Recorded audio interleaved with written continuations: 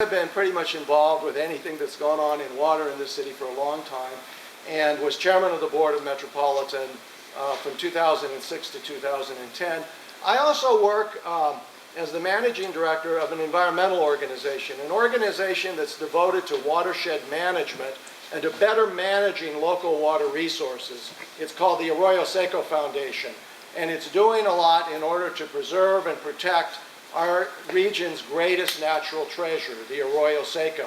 And the Arroyo Seco, you can't talk about the Arroyo Seco without talking about water and without talking about the stream.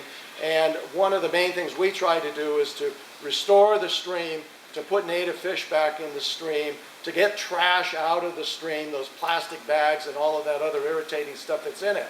And so one of the solutions that I'd like to lay out to you today, in addition to the ones that you've already heard, is get involved locally.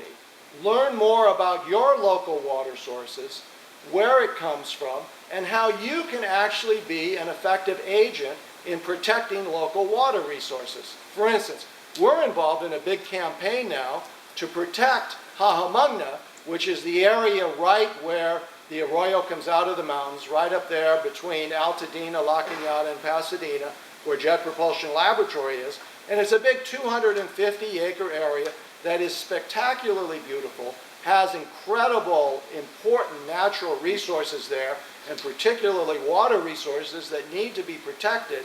But there's some dangerous plans that really threaten that area and that need your involvement to make a difference. And one of those major plans would put a big athletic field and parking lot in the middle of the basin where the stream flows through. It doesn't make any sense at all, does it? People have been fighting it for years, and yet the city of Pasadena is intent upon pursuing that plan. We've got to turn them around on that one. There's another thing that's going on, which was in the Devil's Gate area, right there south of the Devil's Gate is the dam at the bottom of the basin that comes out of the mountains by Jet Propulsion Laboratory. The dam was built in 1920, Devil's Gate Dam, and ever since then, sediment's been building up in that basin more and more, and now it's reached the point where it's really full, and so the county's coming in and they want to remove most all of that sediment from the basin. And if it isn't done in a very careful way, it's really going to destroy a lot of the environmental values in that area, which are so important. So I'd like to urge you to get in touch with local organizations, the Arroyo Seco Foundation, other organizations, Audubon, the Sierra Club, whoever else, anyone that really strikes your fancy, someone that you'd really like to get involved with, and make a difference on a local scene, because that's where you can really make a difference, as well as link up with the big kind of global efforts that Jim's talking about. And with that, I'd like to introduce my good friend, Tony Fellow, who was my associate on the board of the Metropolitan Water. He was my first vice chairman. When I was chairman, he was my first vice chairman. And he is now on the board of the Upper San Gabriel Municipal Water District. And he's also on the board of trustees of Pasadena City College. So he's someone you better watch out for. I'm happy to be here today. And as a member of the board of trustees of Pasadena City College, I've been very impressed with the students and your desire for sustainability. I'm a professor at Cal State Fullerton, and I do enjoy being with you people more than I do at the university. Because of your interest in sustainability. And Tim was talking about protecting our water resources. And my job at the Upper San Gabriel Valley Municipal Water District is really to protect our basin. And if you could envision a giant swimming pool under this whole San Gabriel Valley, that's why the San Gabriel Valley is very important. It's one of the most precious basins in California. But the problem is, as Tim said, for years we didn't treat it very well. During the war, we put chemicals, and we were building armaments here. The chemicals went into the groundwater basin. And unfortunately, today at 400 wells, we have 200 closed because of chlorate, which is very dangerous for pregnant women and for children, a cancer-causing element, and chromium-6, which is also a cancer-causing element. So we've had to shut down wells here, and we've had to spend millions of dollars to clean up the basin. And so that's where my efforts have been. But in bringing about new water resources and trying to solve problems, as Tim mentioned, one of the things I've been really active in is reclaimed water. And during the Clinton administration, we got our first $25 million from the president, who called our reclamation project be modeled for the nation, and ever since then, we've been going really strong in reclamation and conservation. And as Tim said, that's something we can do, is to really promote recycled water, reclaimed water, and to conserve. And I'm happy to be here today, but I'm so happy. I want to get home so bad because I live in Arcadia, which was one of the hardest hit areas, and this is the first day I have electricity. And I have been living in the dark, and I hate living in the dark. In my home, with my wife, we are not prepared for emergencies. We took out flashlights that were so corroded, and so I'm anxious to go home and see the light. And so if you have any questions about anything, yes, sir. Yeah. You mentioned all the damage with the trees in Arcadia. I was reading in the Pasadena Star News that Bill Patzer up at A good friend of ours. JPL, Yeah.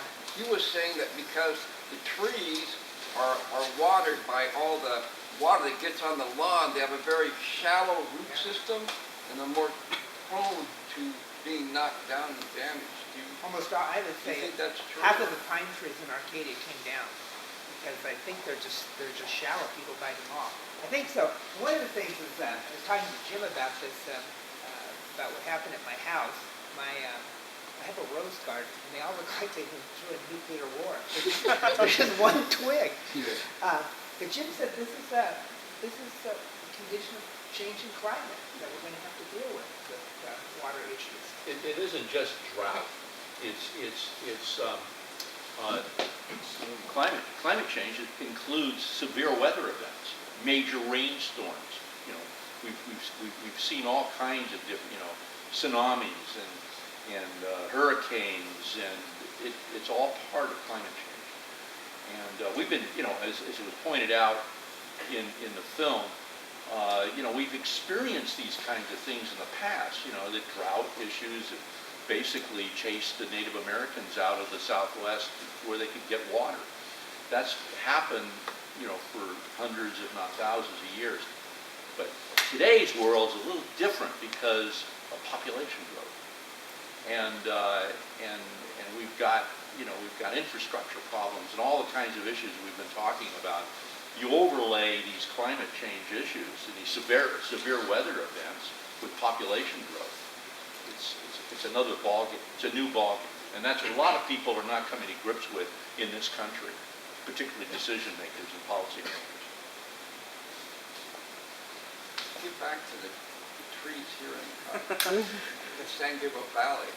What kind of trees would be more appropriate for this environment? Yeah, I thought oak trees were. Tim knows how I feel about oak trees. But they came down. They're clogging streets right now. But I get a kick out of people that plant ficus trees. Ficus trees should only be planted in pots because they destroy your plumbing. And they're down in Arcadia too. With shallow. I think they must be shallow. So no tree is safe with these severe weather. But not one of my oak. I have 5 oak trees, and I was hoping they all come down. I think they're a mess. Yes, sir. I have a question for you. Sure. Oh, yes, sir. Just a question out of curiosity. If you could have gotten Al Gore to be in your film, would you have had him on your film? I'm sorry? If you were able to have Al Gore on your film, would you have him in your film? Would I have had Al Gore in that film? Well, I have great respect for Al Gore. I thought, Inconvenient Truth was a terrific message, and it was so terrific because of his notoriety. It had a big impact on public policy throughout the world. I mean, the film was presented everywhere. Would I have included Al Gore in the film? Maybe. I'm going to be doing a new film very shortly, and there's a possibility I might include Al Gore. I think he has a good message. I don't want to politicize it though. That's the difficult side of it, having somebody like Al Gore, because he kind of polarizes a little bit. And, there's a whole segment of our society that that can't stand him, and I find that I've got to be much more, I'm trying to transcend political ideology. As you'll notice in this film, I have almost an equal number of Republicans as Democrats.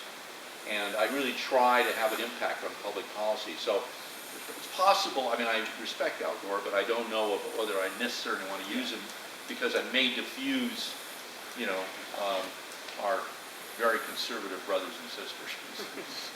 Putting it politely. Well, here we got a question way in the back.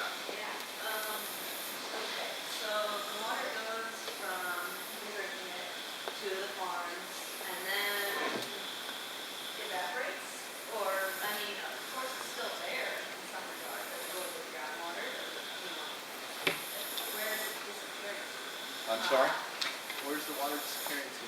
Yes, I know eventually, you know, it's going to evaporate and then rain down. It's a cycle, of course, but where does it disappear? Why is there somehow a shortage of stuff? Well, sometimes, I mean, sometimes it's just overuse. Sometimes it's just, Oh, it's just racing too fast for the cycle. Many people.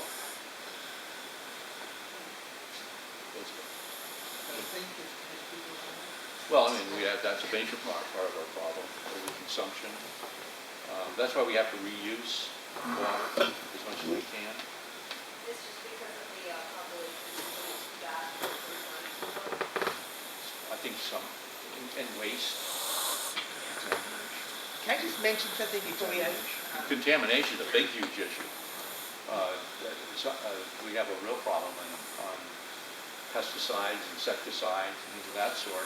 I mean, one of the biggest problems regarding water is it may be available, but not fit to drink. Is there a way for them to take the filtered water and make it evaporate?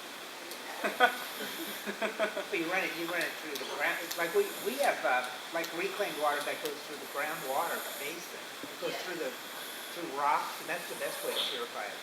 That's one way to do it. You've got this firm that makes groundwater, not that some cancer stuff. Like what's done about various plants and things that seep into the groundwater and goes through that.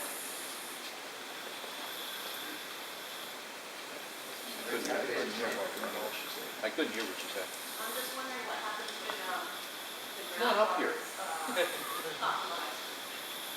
Can you go up here and ask the question? Yeah. We can't hear you. Oh, in the groundwater pump, I can tell When you, the groundwater is messed up by various chemicals or plants or whatever. it's shut down messed up. immediately. Groundwater is highly regulated. The state comes in and shuts it down. We only have so many parts per billion. And as I mentioned, we have 200 wells shut down in the San Gabriel Basin right now because of So cancer-causing that's part chemicals. of the lower supply. But I do want to tell you, your tap water is probably better than having bottled water.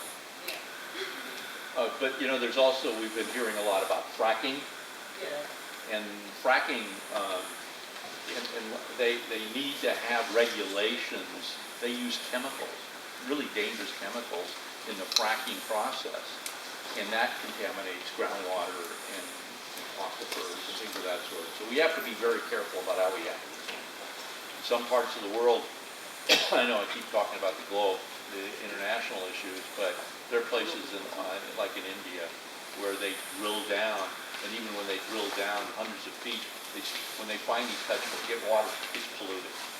So pollution, water quality is a huge, huge problem throughout the world. I don't think it's talked about. And I'm sorry for having so many questions. That's It's fine. so long. I do want to mention one thing that Jim said, that first video. All three of us are very concerned about world water. Kevin Young people, every Kevin 15 Clinton. seconds a child dies. with Kevin attention. Clinton. And Tim, as chairman of MWD, What I want put to say together right a World Water I Fund wanted to ask you about the many years United ago. Nations And Development Program. students can put together proposals for projects. I I think wanted we to ask award him $10,000 about the United Nations Development projects, Program, and some and he was students talking in to this them. college have won those awards. How to go into third world Because he said countries he was and how to talking provide to new water the resources. UN. So, This is an issue. some of your classes ought to think about that for the future. I got a question. Do you guys believe that we actually got more rain this year from all the years that passed? Yes, that's true. And this film was made a couple of years ago, so the rain situation has improved quite dramatically, both on the Colorado River Basin and in California itself. We had a very severe drought in California from 2007 to 2009, but we've had pretty abundant rainfall in the last 2 years, which have done a lot to kind of bring things back. But I think it's important to say to people that we've reached a new normal in which we have to be more careful about how we use water and not expect that we're always going to have a lot of water in the future. So don't get too comfortable. Kind of our worry is that everybody, when there's a drought, everybody really does good in terms of cutting back their water use, and water sales went way down, and that's good. But we need to kind of make those habits that we learned during the drought permanent, because the drought is teaching us a very important long-term lesson. Yeah, because I actually work for the city of LA. I'm a lifeguard for LA City. We actually use a lot of water, but the only time we save water is when we need to shut down the pool for weeks. Like in December, we can shut down the whole pools in the city for repairs, and there's no more water, and we also shut down. And we don't use some pools, some pools is only for summer. And we only have 2-year-old pools. And we use a lot of water. But like the only time we save water is when we shut down the pool for weeks. Yeah. For days. In spite of the fact that we have a lot of water in California, because of the rains we had this past year, everything east of Phoenix, Yeah. across the Americans' entire Southwest, it's a totally different story. Totally different story. Yeah, Texas has had the worst drought in 100 years. They've never recorded a drought in Texas as bad as the last year has been, until just a couple of weeks ago. When the World Series came, all of a sudden it started raining. So there's a lesson there. And that is that we should support the Dodgers more. And thousands of acres were burned all throughout the Southwest. I was wondering, you said you were working with the UN recently. Were you working the UN development program? I actually, what I did was I organized an event on September the 16th at the United Nations. And Tony was there. That was one of our guest speakers. Do you want to talk about that? Very impressive. First of all, I think Jim did a marvelous job. It was the opening day of the United Nations, and I think the reason Jim organized this to have it parallel with the opening day was that this year the UN wants to focus on water for the poor, basically, and the world water crisis. And we had some of the greatest speakers in America. The mayor of Las Vegas, New Mexico, as we talked about, was one of the speakers, and it was an all-day session, and I was so impressed that no one, must have been hundreds of people in that room, and no one left. They stayed from, 9 to 5. Of course, it helped a lot because at the very end we had a reception with cocktails, so everybody stayed around and had free drinks at the end of the day.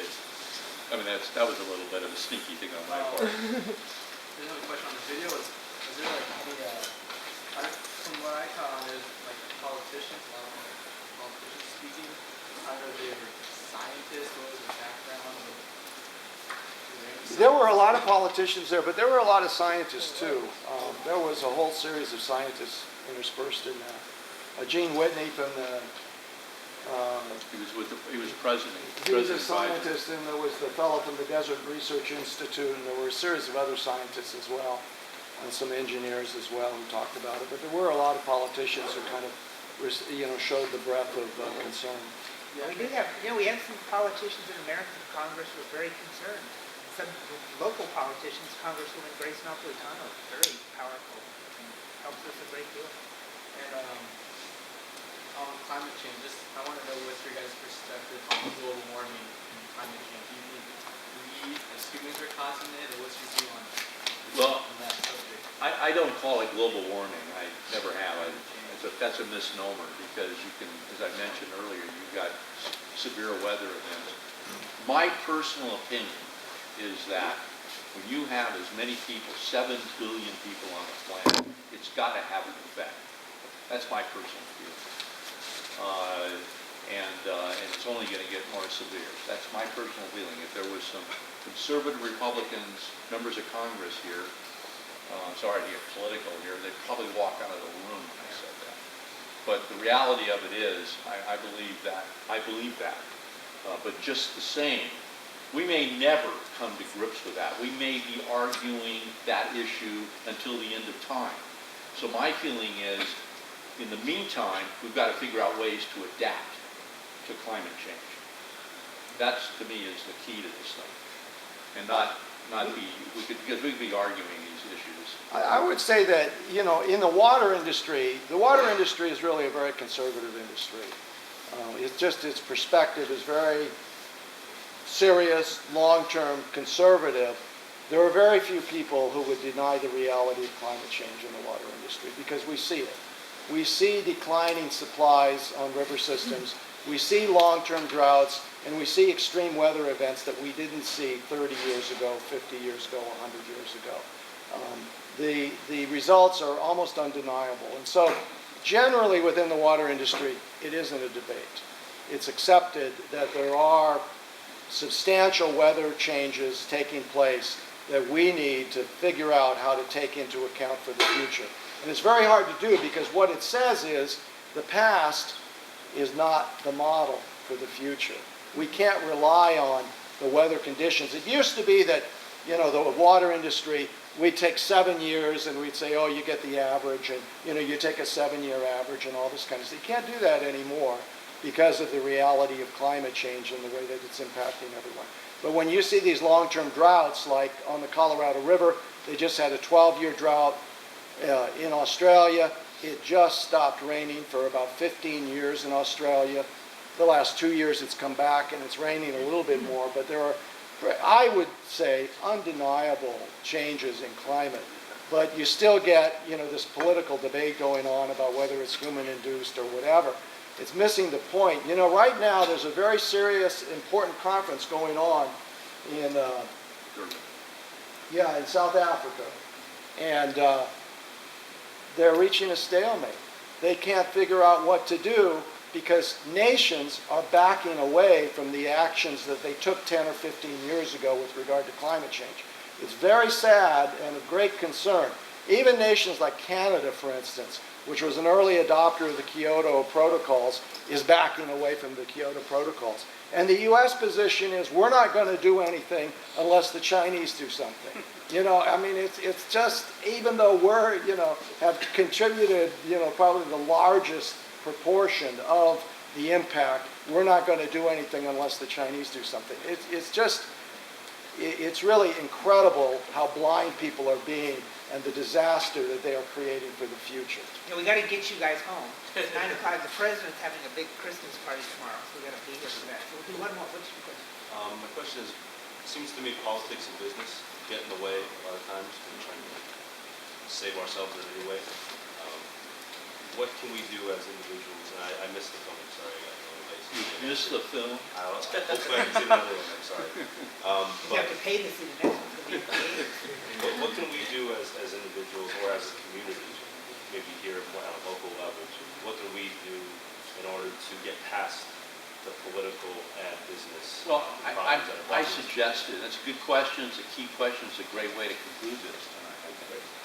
And that is and reiterate back what I talked about earlier, is the fact that politicians are not going to react unless there is demand for it.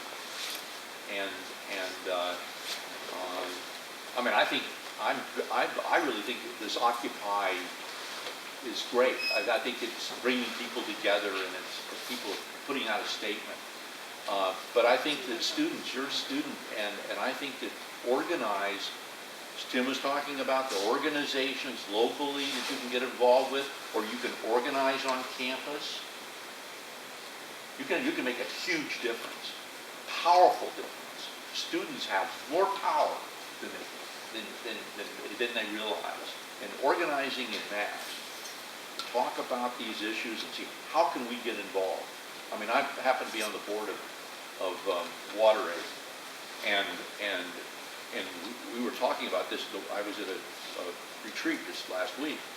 How can we get students involved? We want to get involved in every college campus across the country because that's the best way of starting a grassroots movement across the country and getting people really involved and getting the attention of politicians. Believe me.